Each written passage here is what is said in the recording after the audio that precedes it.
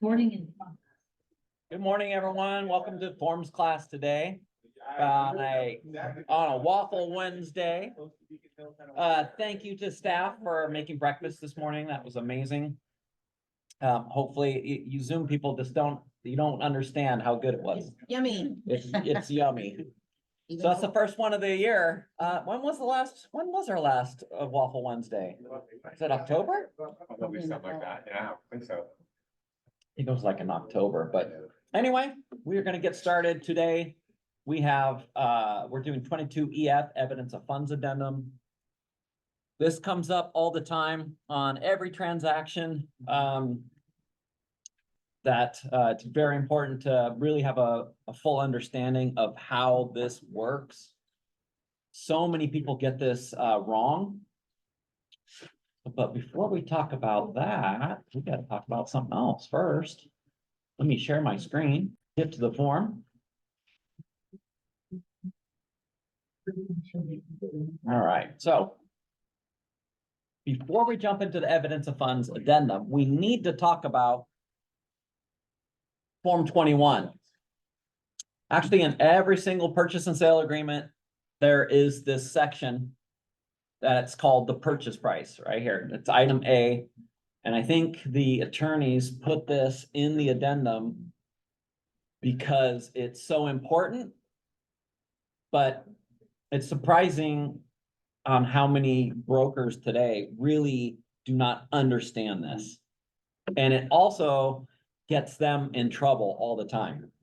They put their buyers in breach of the agreement, even from the beginning of the onset of writing a contract, because they just don't understand. So I'm going to read this one. It's purchase price. Buyer shall pay to seller the purchase price, including the earnest money, in cash at closing, unless otherwise specified in this agreement.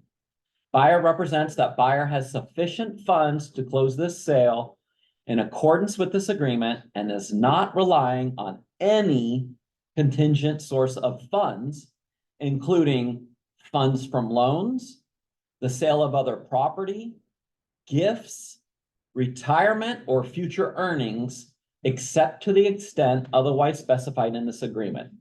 And then it goes on to talk about how the parties will be careful when wiring funds. So this is what I refer to as the Jerry Maguire clause.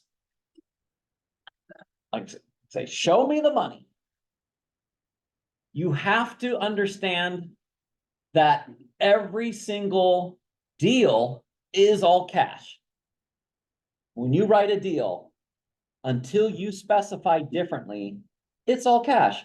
How many people have seen offers come over on the front of Form 21 next to the purchase price right here? They write in the dollar amount and they put cash, right? Have you seen it? Why do they have to do that? It already is cash, right?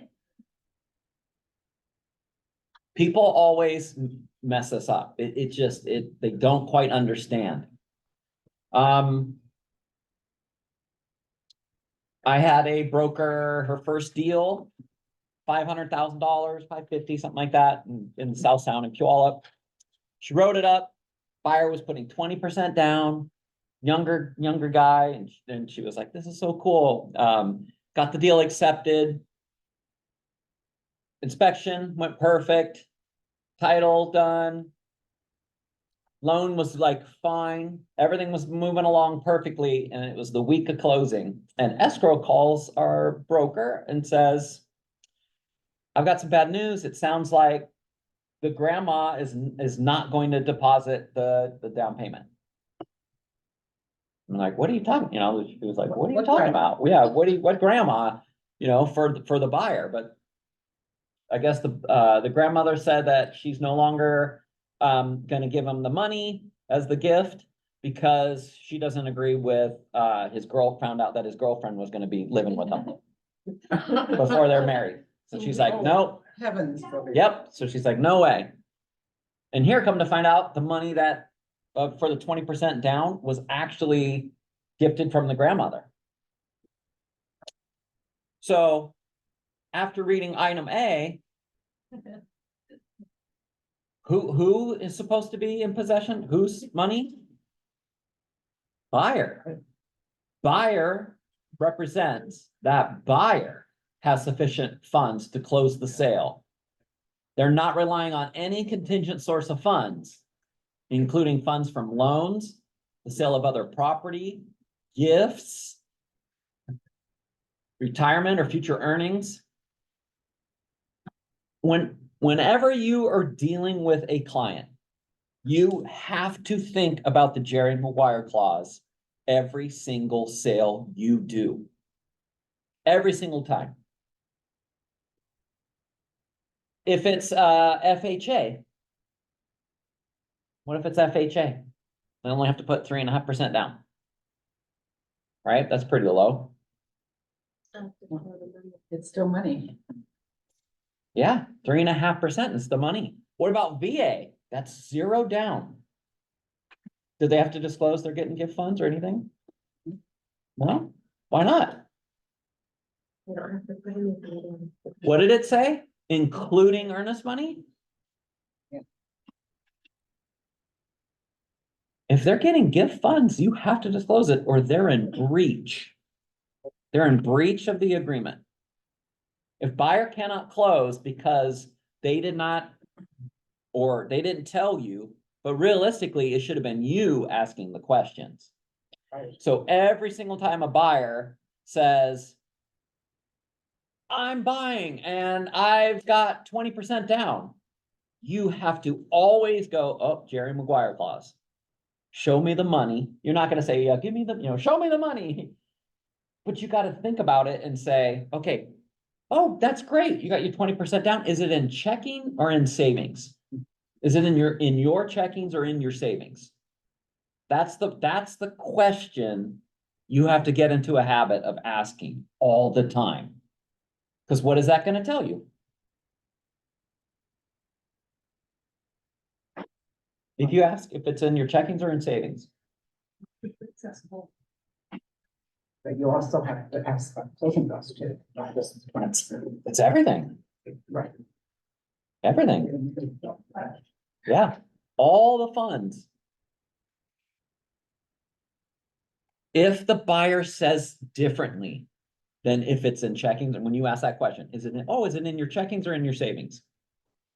Oh, it's in my 401k. I'm borrowing against it. Oh, actually, I'm getting a gift. My grandmother's giving me 20% down and the earnest money. Oh, actually, it's funds from China. I have to get my money from that account. If it's not in their personal checkings or savings, you know that you're gonna be using this addendum, the 22EF, the evidence of funds. As soon as you know it's like differently, then you have to use that. Otherwise, you're gonna be writing a contract and the buyer is gonna be in breach. That buyer's grandmother lost her earnest money. They couldn't close. It was never disclosed that they were getting gift funds. They were in breach. And the seller had already moved across they moved across country because it was the week of closing. So they paid for movers, moving them out of the house. They said, it cost us more than the earnest money, So what's that gonna do? And of course, then the buyer's mad at the agent, this is your fault, you said that I'd get my earnest money back if I didn't qualify. And I'm like, yeah, but you never told me you were, that you were getting a gift. But realistically, it's your job to ask the question. You have to ask, show me the money, right? Is it in checkings or is it in your savings? Eric, there's also, this just happened to me just a couple of weeks ago. Someone had their money in a high yield Yeah. checking account. And sometimes it could take 2 to 3 days to Yep. pull it out of that. So just be aware if it says high yield on the top, you know that it's a savings account. Yeah. And you need extra time. Yeah. The main thing is it immediately withdrawable? can you immediately go get it? Checkings or savings? Your bank, that's typically, the process. It just gets people in trouble. You are gonna be listing brokers and you're gonna have someone write up a deal and they're not gonna include a financing addendum. And right away, you're gonna think, what? Yeah, oh, it's all cash. There's no financing addendum. You're gonna come across people who are gonna tell you, oh, I wanna buy this house, I'm all cash. And guess what? How many times it's gonna end up that person's getting a hard money loan? It's a hard money loan or gift or whatever. Yep. Doesn't matter. If it's not theirs, and then there you go again. They're putting the client, they're gonna be in breach. It's not accurate. Crypto money. Oh, yeah. Oh. Yeah, we've had that. Fake money. One of our brokers who transferred from Bellevue had the first crypto sale in the state of Washington. It can happen. All right, let's dive into the form. It's gonna start making a little more sense. So evidence of funds addendum to purchase and sale agreement. General comments, use. This addendum requires buyer to provide evidence of funds that buyer intends to use to purchase the property. If buyer fails to timely provide the evidence, seller may terminate the purchase and sale agreement.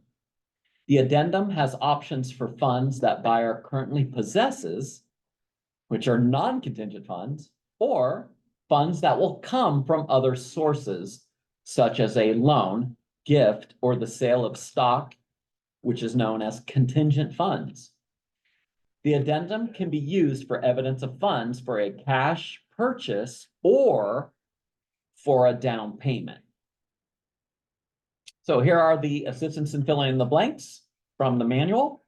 So obviously the date, buyer, right? All these, the address, and then it goes into the definitions. Let me click into here. All right, so check this. Okay, here we go. So property. Next will be number 5 is the evidence of non-contingent funds. Check this box if buyer is relying on non-contingent funds for payment of the purchase price, and then insert the number of days that buyer has to provide evidence of such funds. Let's see if this is an AI or an actual question. It's an AI. All right, so first section is the definitions. It's going to give all the definitions of what is this? What is evidence? Evidence means the documents from a financial institution or institutions in the United States showing that buyer has sufficient cash or cash equivalent in United States funds. Section B is non-contingent funds. And this means funds that buyer currently has in its possession and for which there is no contingency, such as financing, Northwest MLS 22A or equivalent, sale of buyer's property, MLS Form 22B or equivalent, or a pending sale of buyer's property, MLS Form 22Q or equivalent. So those are all telling you like what is considered non-contingent funds. There's other brokers will try to be, either A, they don't understand the form, or it's gonna be the latter that they're being kind of sneaky and they're like, oh, we're selling this house. When it closes, they'll have all the cash to buy. So we're writing this deal cash.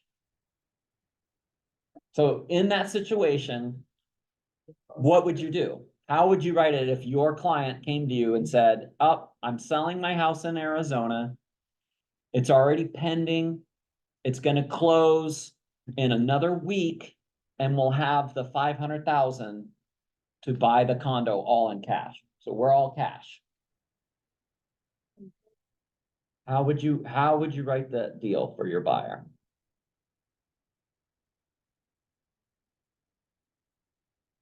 be subject to that closing, but it also has to be in there that it's from.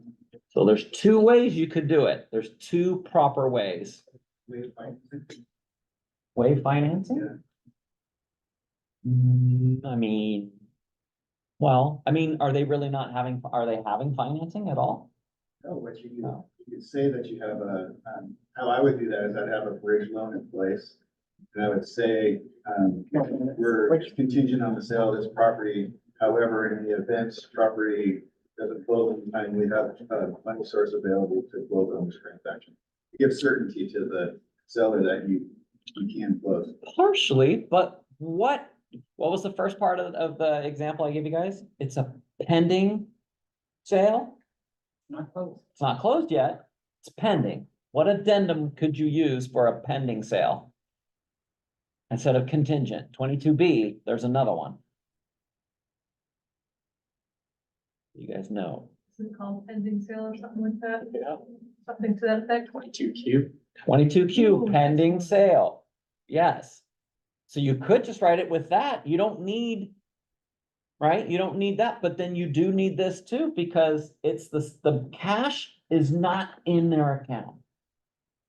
Like, when you're writing the deal, they are supposed to have those funds, right, ready and that done. So you actually would want to use the 22Q pending sale. It doesn't matter where that house is, wherever they're selling, anywhere on the planet. Because it just says it wants to know where it is, you know, and when is its closing date on the 22Q. So you would use that, and you would use the 22EF because they don't have the cash in their bank right now. So that's the part, like you got, it's the trick that's, you know, that you guys are gonna either A, see it when you're, you know, the listing broker and someone's gonna write this deal. And or maybe they write it and they just did, and they only did write it in as, you know, hey, we're getting a bridge loan. Or whatever, and you don't know that whole deal. I mean, they could potentially put it that together that way, Jason. So it's hard to say. Yeah, you were gonna wanna know exactly how to form the offer. Most of the time, there is a form for that. Whatever you're trying to do, the Northwest MLS probably has the form for you. It's there. It's more or less of, you know, trying to find it. Eric, I had an offer, it said that they had 20% in, but they were actually gonna be, their house wasn't even on the market yet. And their lender had it in place, like one of those loans where it's like almost like a hybrid bridge loan. Yeah. How would you, as the representing the buyer, how would you actually write that up properly? Well, if they have the 20% down in their bank account, do they have the 20% down? Because remember, however you're writing and structuring the deals, the amount that you're disclosing and saying you have in the contract, you are supposed to have it. If you don't, you're in breach. So if they were getting a bridge loan, the bridge loan is for the bridged amount of the difference of the money that they do not have. Their amount down for the loan, they should have that amount. The contract says, remember, item A, buyer has sufficient funds to close the sale in accordance to the agreement. So it literally is written out, you know, exactly that they should have the funds of whatever amount down you say you have, or you say in the agreement, or whatever you're specifying, they gotta have those funds. There's people who will do the thing with, oh, I'm getting the 20% down from the sale of the house. That's the part where you're gonna get stung.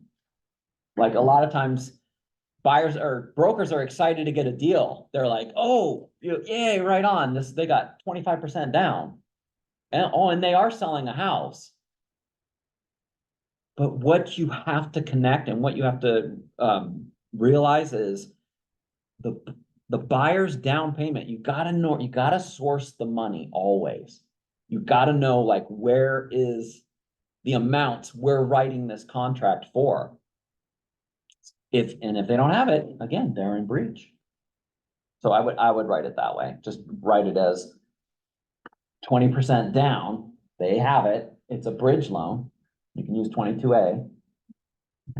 So Aaron, how would you write up your pre-approval if you were doing it that way? Or say they're selling a house, they have substantial equity in it. They wanna go purchase another house, but they don't want the hassle of putting theirs on the market, right? You know, they wanna utilize that equity.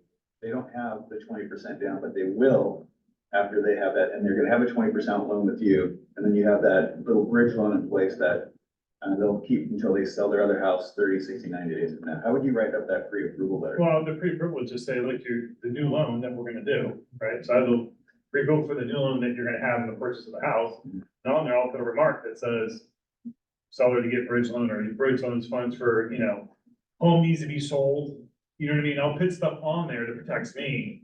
So it says, hey, it's just not cash. You know what I mean? Like, so Mhm. the funds are contingent somewhere. Yeah. If I haven't verified their gift funds or something like that, then, or if you're using a bridge loan, it'd be like I guess if you're doing a bridge loan, if you did a bridge loan and you're buying this new house, then the pre-approval will just say we're using a bridge loan for the difference, something like that. But if we don't have a bridge loan, then I would say it's contingent on the sale of the other house, right? So I'd put something in there to just let it know, because if you don't know that, because there are other ways to get out of the contract, it's different ways, but I'm just saying, in my mind, what you're trying to show now is just. Yeah. If I will put on the pre-approval letter specific things that need to happen for that pre-approval letter to be firm, I guess, if that makes sense. Does that answer your question or not? Kinda? Yeah. All right, so box, okay, we got number 1 done. Box number 2 is the evidence of non-contingent funds, which that's, that's the one we just read. Let's see, Davis, want to read number 2 here? 2K, evidence of non-contingent funds. Buyer is relying on non-contingent funds for payment of purchase price. Buyer shall provide evidence to seller of such funds within 3 days, if not filled in, of mutual acceptance. Unless buyer discloses other sources of funds for the payment of the purchase price, buyer represents that the non-contingent funds are sufficient to pay the purchase price. Buyer shall not use such non-contingent funds for any purpose other than the purchase of the property without seller's prior written consent. If buyer fails to timely provide such evidence, seller may give notice of terminating this agreement anytime before such evidence is provided. Upon seller's notice of termination under this addendum, the earnest money shall be refunded to the buyer.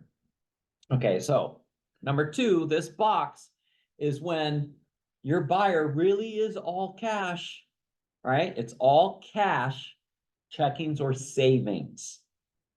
Okay. Why do we have to do that if the deal already says it is all cash? Why do you guys think, why would they do this? You have to prove it. Yeah, because in this, you have to prove it. Big difference. How many brokers get it wrong from just the normal contract, right? From item A, from the Jerry Maguire clause? How many people get it wrong? A lot.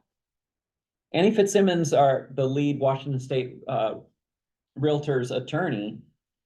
She says, like, realistically, the 22EF should be in every deal. But what if they're doing FHA? Oh, there's only 3.5% down. How do you know they really have that 3.5% down? How do you know? How do you know the buyer broker did a great job and actually asked the Jerry Maguire clause, used the Jerry Maguire clause and asked their client, oh, you're 3.5% down in your earnest money and your closing cost? Is that in your checkings or in your savings of a US bank? They're not asking that. I guarantee it. So Annie, like she even said, like listing brokers, why don't you if you're countering something, you might as well counter this. If you're countering anything in the deal, if they don't, and even if it's a finance deal, what's wrong with making them prove it before you take your home off the market, tie it up for an unnecessary inspection potentially? Why not make them prove it? So as best practices, listing agents should include that in attached documents and. Why not? Yeah. There's a lot of listing brokers, you'll see with their offer instructions, will say, please include a 22EF and be prepared to provide proof of down payment, earnest money, closing costs. Could you do that for your seller?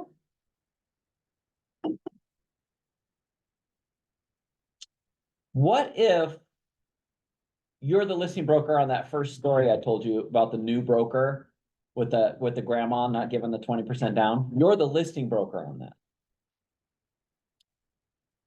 In the very beginning, if you would have countered and had this form, the 22EF in there and said, oh yeah, you've got your 20% down, you're marking the loan, provide evidence of the non-contingent funds. Or excuse me, of the contingent funds. You can use it either section and you can write it in, so. That would have saved that family from moving across country, paying for movers, emptying their house, and then here their home not even selling.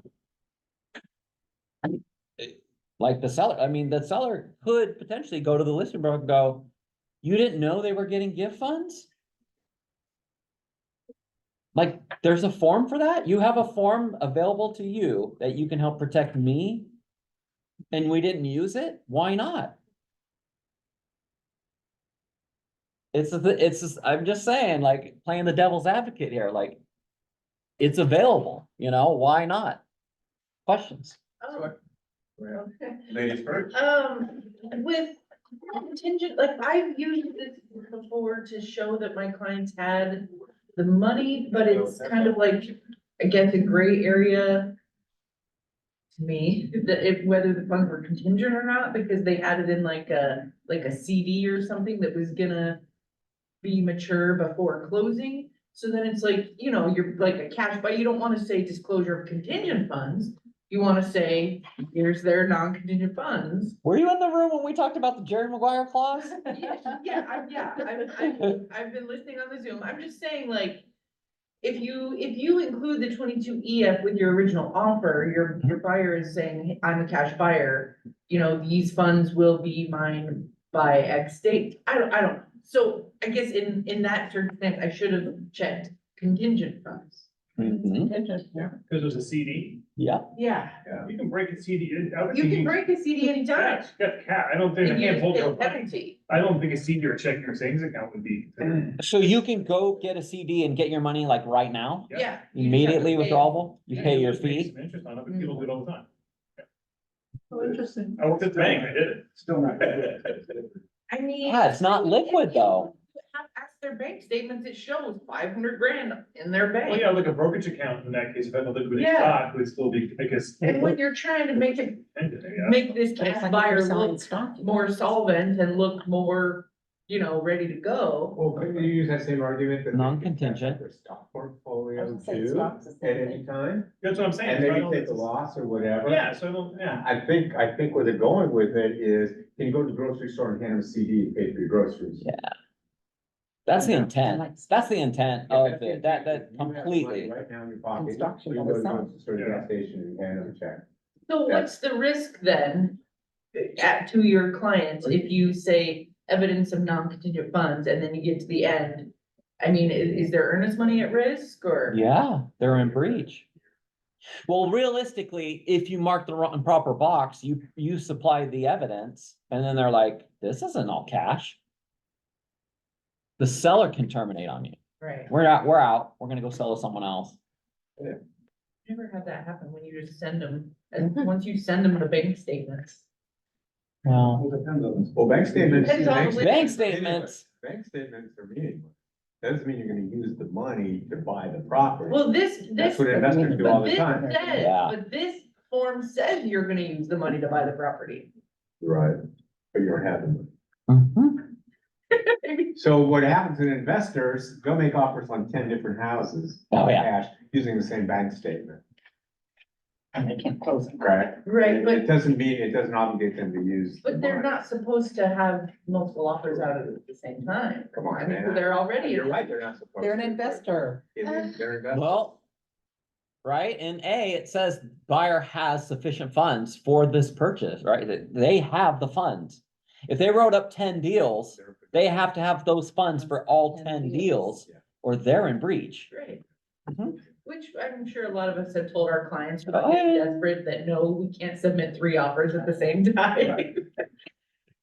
And can't buy, unless you can buy. three. They're all, Okay, yeah, I would just be very careful with that one. okay. Unless it's in their checkings or in savings in United States, right, in United States financial institution.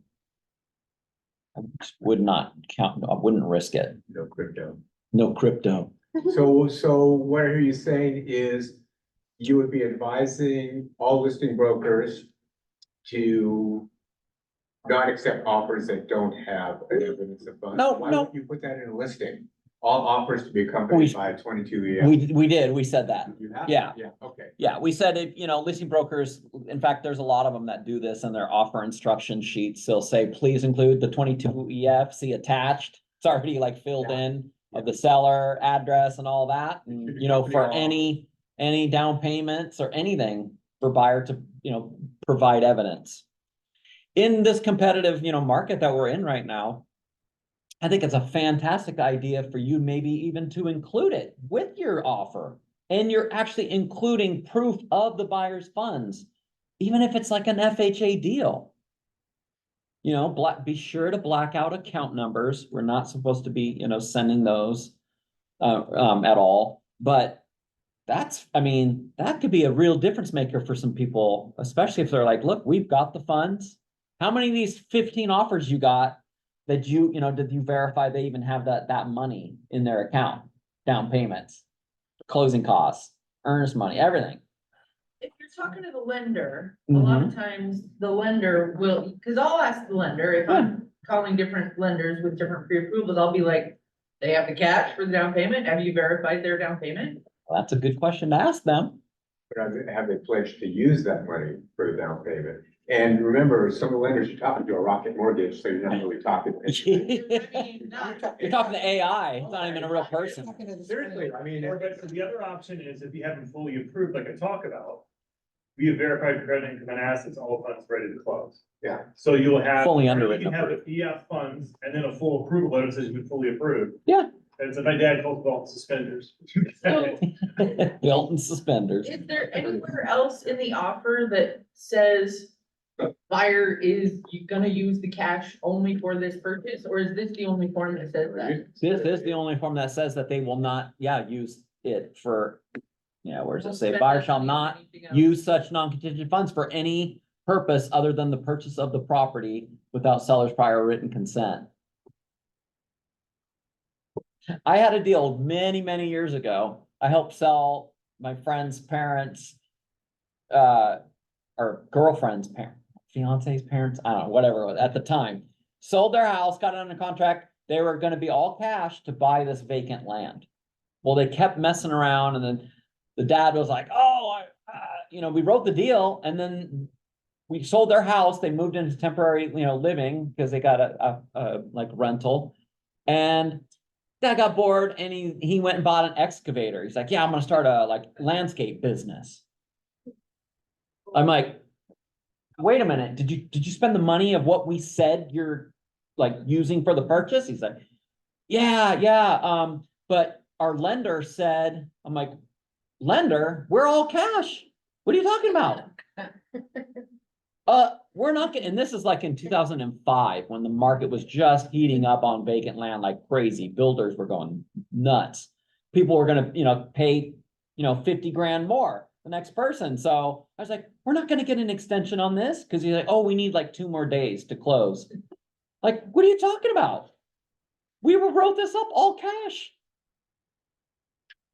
You can't, it said right in here, you're not gonna spend the money. And I pointed that out to him and he's like, oh, no, they'll be fine with it. Just ask for an extension. I'm just like, okay. What do you think happened?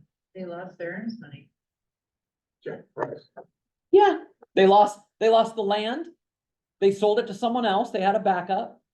Literally what I said would happen, happened. And then they were mad at me. We're gonna go see an attorney. Like, go see one. I'll go with you. I'll show them how stupid you are. One of us attorney. Yeah, I go, oh, you're gonna take your, drive the, your backhoe down there? They deposit the backhoe. Yeah, like, where are you gonna park that thing? Just stupid. So, I mean, they mean it. You say you're gonna use the funds for that. That's what you're supposed to use it for. All right. So if you're trying to win, like, you might as well supply it right away. I think that's one of the things that sometimes, listing brokers, when they're looking at deals and they're coming over and you really are all cash and you're gonna supply the evidence, why are you waiting? It doesn't make a lot of sense. Like, oh, in 3 more days, like, let's get this deal together and then we'll supply it. And then you come to find out as a listing broker, like, oh, wait a minute. They just sent me their 401k accounts and their stock accounts. This isn't cash.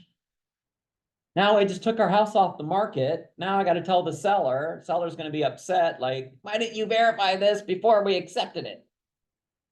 I don't know. I mean, it's going to be one of those things that you should really try to get the evidence. If you know they're going to be all cash, you're like, great. No, that's amazing. This will help, we should be able to, compete in this market since you are all cash, but let's get the evidence right away. So when we submit the offer, it's right there with it. And then they'll be even more, happy. Realistically, you could just say, nope, just don't even include a 22 EF and just show the copy of the cash. And just write the deal as how it was, how it's already got the boilerplate language in it. It says the deal's all cash anyway. I'm just gonna ask about that. So our last few offers been coming in with the pre-approval letter attached and sometimes even like a bank statement.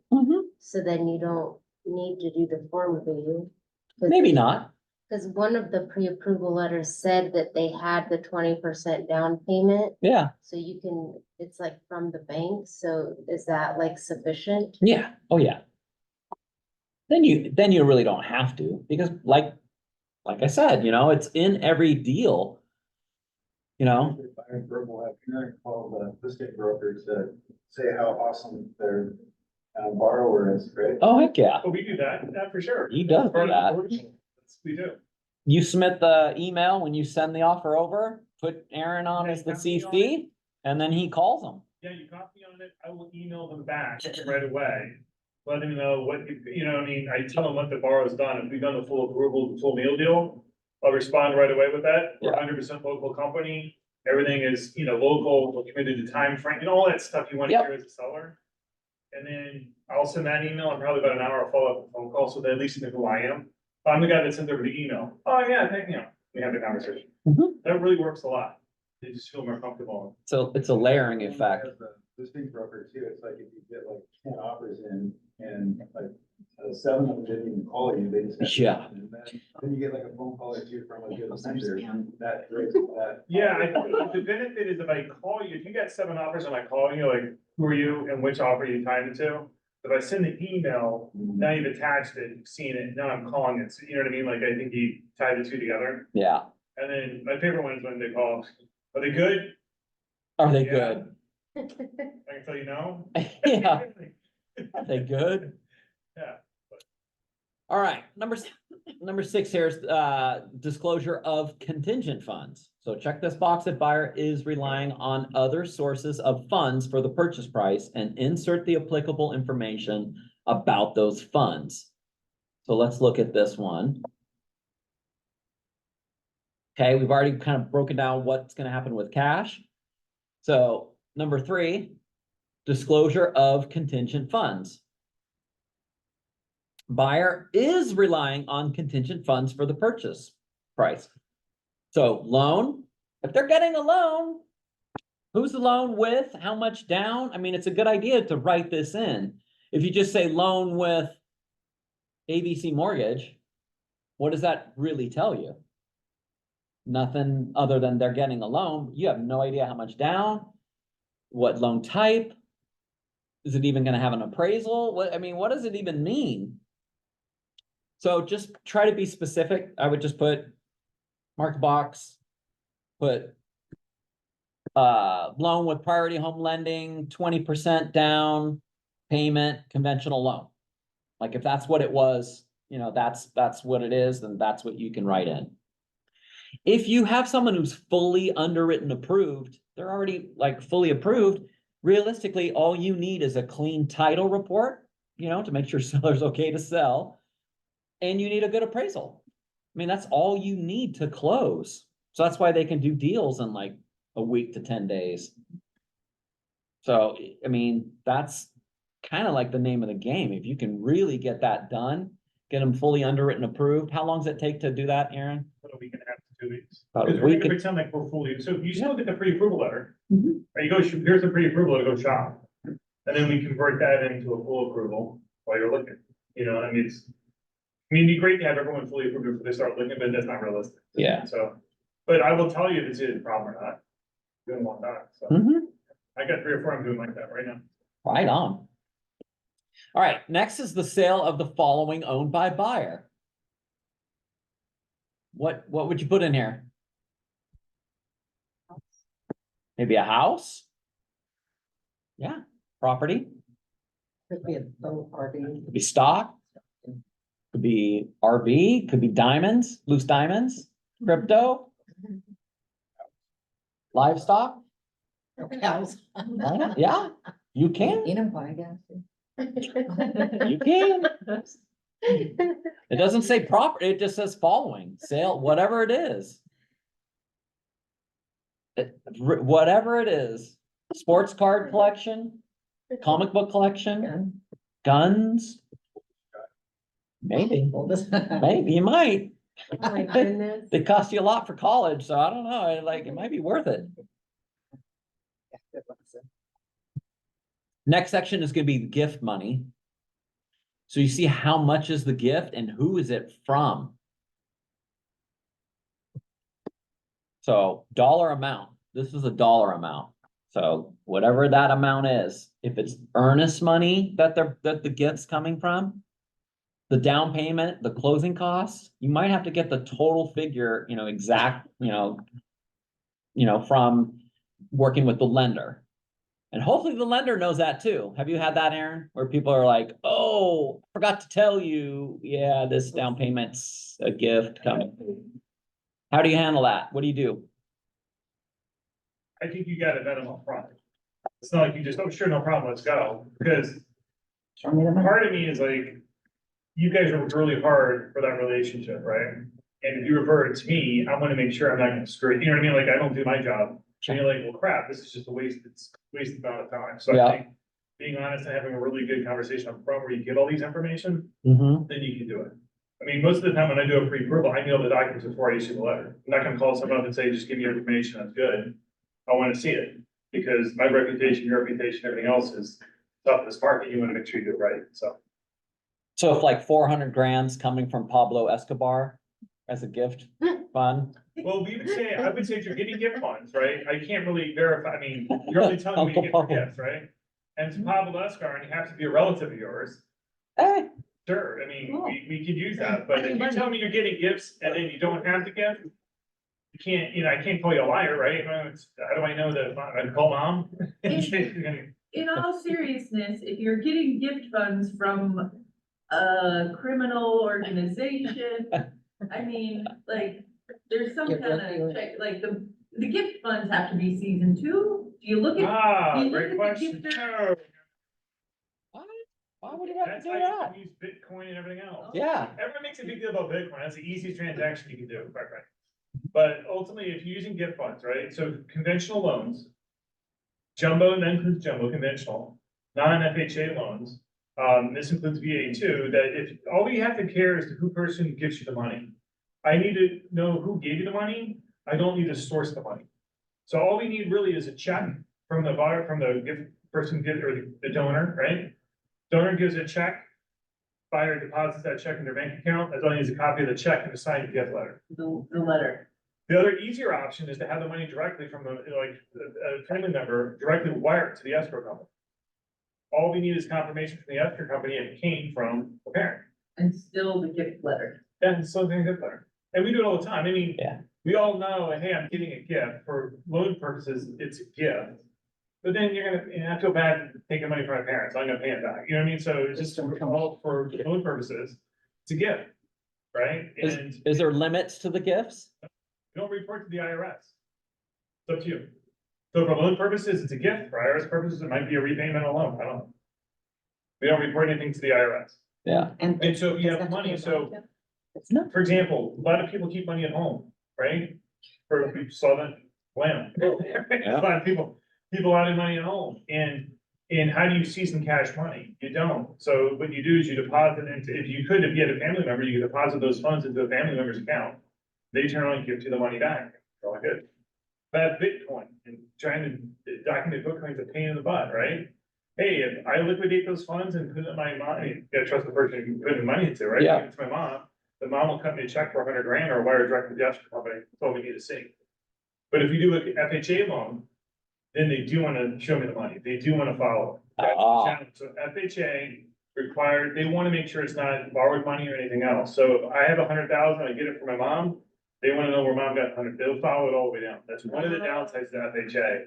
Because they do wanna look at those checks. What about if you get the 100 grand in your account and then you wait 60 days? You can, that's the other option. So the other, so if you don't wanna wait, if I found 10,000 in cash on the street, I can deposit into my bank account, wait 2 statement cycles and show no deposits. And I'm okay. So the 60 days is fine even for FHA. Yep, it's called seasoning. Yeah. So it's gotta be at least 60 days, right? Yeah, you have 2 statement cycles. Tuesday. So Tuesday. whatever that cycle is, if I see a large deposit, I need the next 2 statements to show no large deposits. And if there are large deposits, we just have to source what they came from. They sold a car, I did Yeah. this. I got money from my parents, great. Mhm. Now let's go see where parents got it. If they have 10,000 just deposit in their check account, that's a problem. So you gotta source it out. So gifts on FHA is just a little more complicated. You really gotta source it out. But other ways, there's much easier ways around it. Oh, this isn't recorded. It is. Oh. Oh. Aaron Hafner from Priority Lending. There's this phone number. As long as you know the rules, we can work around it, that's what I'm saying. Right? So you need to know some of those rules, the guidelines. We're not trying to call people liars or anything else. It just said, hey, we need either 2-month statements or I need to get a letter from mom, comes, you know what I mean? Great. Has to be a family member. Has to be a family member for FHA or for anything. And pretty much everything has to be a family member. Really? Yeah, I mean, you can't say it's a good friend of mine. They're not gonna do that. Maybe like a fiance. Yes, yeah. Yeah, a lot of people get Could married. be family for sure. member. Or what Yeah. about spouses, if you have separate accounts, you can Yeah. give to each other, right? Yes, well, yeah. I mean, we're not gonna do DNA testing, all right? We're not gonna. Not yet. You know what I mean? It becomes apparently obvious, it's not, doesn't seem like it's right. But I mean, who are we gonna see, you know? So what I mean? Uncle Pablo cannot give me funds, is what you're saying? If he's Well, your if he's your uncle- real uncle. He's my If uncle. he's just your drug uncle. Yeah. He's my drug uncle too, but I I mean, mean, or we're talking close family friend, but that's just hard, you know, those checks are really tough to cut in. And I guess you can get it from like an employer, you can get it from like a church, you can get these other things that are doable like that. But typically you just can't get it from my buddy who's trying to help me get a house. Well, the point is to make sure that it's a gift so that you don't have additional debt on top of this mortgage that you're qualifying. Absolutely, that's the goal. that's the And so that's goal. what I'm gonna do that, that's why it's give money from family. But fiance and stuff like that, uncle, aunts. Yep. Back in the early 2000s, there was a company called DP Funder. Oh, yeah. And what they would do is they would up the sales price. That money would go from escrow to DP Funder, and then they would gift that money back as a down payment. So basically it was money laundering. Wow. And they did that for probably like 2005 to 2010. You get into a property, would say you had 20% down. Yeah. Coming in with 0. So that company is no longer in business. Yeah, hopefully. DP Funder, down payment. I remember them. I don't, DP Funder. I got worked at Walmart, we didn't worry about that. We had everything. Stated. Oh, all right, let's continue. Next is funds not readily convertible to liquid US funds. Anytime you have somebody who's got funds outside of the US, and you know, we see this from time to time still, this will have to be disclosed in the deal. You gotta keep that in mind. Well, it's been little more than a few years now, but it's been about 8 years ago. I had a broker kind of get in trouble with this. They had a client, same thing, like, oh, they're all cash, great. They wrote the deal, no 22EF. Listing broker took it, oh, it's all cash. We wrote all cash on the front page, Eric, of the agreement, so it's all cash. I was like, oh, gosh. Yep, it was coming from China, and it was during the time when they stopped like, they were not allowing the funds to leave China. The client could not get their funds, and they said, we can't go through it. The money's, it's in China. And then the listing broker was like, they knew that because their seller was somebody was, I don't know, connected with attorneys or their, ex-wife's big attorney or something like that. And anyway, next thing we know, they're like, yep, we're keeping the earnest money. We're gonna, sue, you caused us damages because you couldn't close. And you never disclosed the money was not inside it wasn't in the US already. So it was a huge thing. I think they ended up kind of like settling and stuff like that. And they did lose the earnest money. The earnest money was like 80 grand, it wasn't cheap. And it's just one of those lessons, like, every single time you're writing deals, you just got to verify, where's the money? It's just the broker didn't do a good enough job in sourcing the funds and talking about it. Next is down payment program. So if you have someone who's doing a down payment assistance type of a program or DP funder or whatever, anything that they're using and it's not their own funds, but it's a down payment type of program, you can mark it here. So you could mark it on this to state that they are getting down payments from something. It's a program. You said you could write it down. You could. More than likely, it's funny to see them, how they left this in this, but I understand why they did it, because sometimes people want to waive financing contingency, but yet they want to disclose that they're getting a loan. Well, what type of, it's not just a loan, but they're actually doing a down payment program. Like, where's the funds? Oh, it's in the house key or what's the huge one, Aaron, for down payment assistance program? Like the Pierce County, don't they have the Home Advantage. Home Advantage? Yeah, that's a huge one. Yeah, that's the basic one. Yeah. So whatever the program is, you can write it in here. That way you're not contingent. That's a risky, right? That's kind of a risky deal because that program can run out of funds during certain times, right? You can, but most of the housekeeping programs are typically funded throughout the year. It's the smaller ones that are individual for specific counties. Yeah. And cities and stuff like that might run out, but. If you have the 22A, do you need this for your No. down payment system? Yeah, that's what I'm saying. More than likely, because you got to remember that they did update our 22A finally to put in down payment assistance on the front in that section now.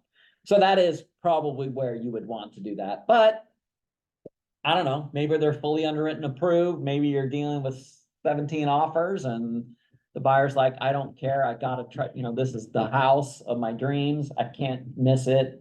Let's go non-contingent. Aaron promised we'll close in 10 days. We got it.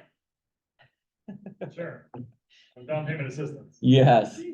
How long are those taking right now? I usually do it for 30 days, because what happens is we can get them approved ahead of time, Yeah. then we gotta submit it to the commission, they have to approve. So it kind of goes our hands into their hands. Mm-hmm. Typically, they're faster now, there's not a ton of down payments. Yeah. Typically, at least I would do 30 days, just to be safe. And if you're doing a specialty one, you might have to do maybe 40 days or sooner. I mean, we'll close it fast if we can, but. Yeah. Okay. All right. And then last but not least is the other described. Whatever you want to put in this, you guess you can. Maybe got to sell a kidney or something. I'm like, I need the down payment money and gonna sell a kidney in Tijuana. Gotta get paid for your hit. Something, I don't know. But you could put whatever you want in that. But this is the key part. I really want you guys to pay attention to this section. So I'm gonna read this. Buyer shall provide evidence to seller blank days, 10 days if not filled in, prior to closing, that the funds relied upon in section 3 have been received or are immediately available to buyer. If buyer fails to timely provide such evidence, Seller may give notice terminating this agreement anytime before such evidence is provided. Buyer shall provide seller with additional information about such funds as may be reasonably requested by seller from time to time. Upon seller's notice of termination under this addendum, the earnest money shall be refunded to buyer. If buyer disclosed that buyer is obtaining a loan, seller shall permit an appraisal of the property and inspections required by lender, including but not limited to structural, pest, heating, plumbing, roof, electrical, septic, and well inspections. Seller is not obligated to pay for such inspections unless otherwise agreed. So I just read this. How many days would you put in this box? You gotta supply evidence that the funds are in. You're getting a loan. Let's say it's this. You're getting a loan from Eastside Funding. Hard money loan. Your closing day is 20 days. That means what? When does the money have to be there?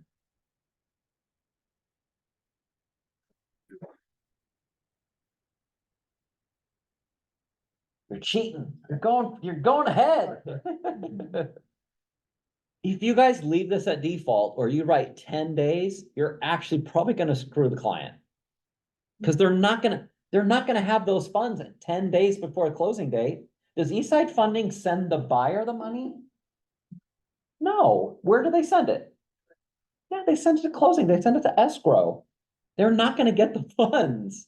You put 10 days. Now, when it's 10 days prior to closing, the seller can go, oh, you know what? We just got another offer. It's 100 grand more. Let's kick these guys to the curb. I guarantee they don't have their funds already. They told us they'll have these funds. They'll have it 10 days. Immediately available. But if you're doing a gift letter and you know you're getting it, you could do something like that. If they You want it actually- 10, well, if they got it, yeah, whatever, that's the part I want you guys to hone in on, and here is like, in this section, whenever you're using section 3 about the disclosure of the contingent funds, when are they gonna get it? Like, you really gotta make sure the timing is done properly, otherwise they're in breach again. So it's like, if you're gonna get a loan, if you're selling something, or if you're getting the gift funds, if it's 10 days before closing, that may not be enough time. If you really want to cover your client, you could put 0 days here, which is very different because the top section is how many days after mutual you have to provide it. Well, now you got an opposite situation. You're working backwards from closing. So if you have it as 0, that means on the day of closing, the fund should be there. So this way you're not putting anybody at risk. So I would definitely put 0 days in here. Does escrow usually release the day of, or do they sometimes release earlier? Usually. Yeah, just depends on the lender. Like out-of-state lenders and stuff like that, sometimes they do that, huh, Aaron? They need to see, they gotta like review everything again. For the down payment people, does that usually come in like the day of closing as well, or when do you know that? Down payment people? The down payment is, like. Assistance? Assistant? Yeah, it's a second mortgage. Yeah. So they all have it together, so they'll send the money in, and we have yeah, how do I do that? Yeah, and then you just Coordinate state- that with them? Mhm. Yeah, escrow company and everything else, once we send, so we will fund the loan. We fund the loan and they pay us back when they sell the loan. So that's how we do it. Yeah. All right, last section. Buyer default. This paragraph makes clear that if buyer does not receive the contingent funds, buyer's in default.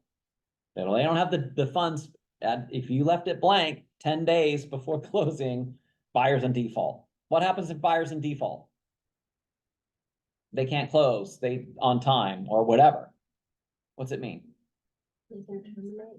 They lose their earnest money. Yeah, because typically you're gonna write in and mark the box that if buyer's in default, they elect to lose their earnest money. So be really careful with that timeline. And of course, they gotta initial and date that addendum. If buyer fails to timely close because contingent funds identified in section 3 are not available by closing, buyer shall be in default, seller shall be entitled to the remedies as provided for in the agreement. All right, you guys, that's evidence of funds. Thank you for making it. Please do not forget the Jerry Maguire clause. That's the thing that's so critical. You know, we just actually did competing offers last week, and I know we touched on this then, but this, I mean, hopefully gives you a lot more insight to exactly how to properly document getting the proof of the funds and the proper way to supply it. So hopefully this helped you guys. Thank you for making it, and we will see you on the next one.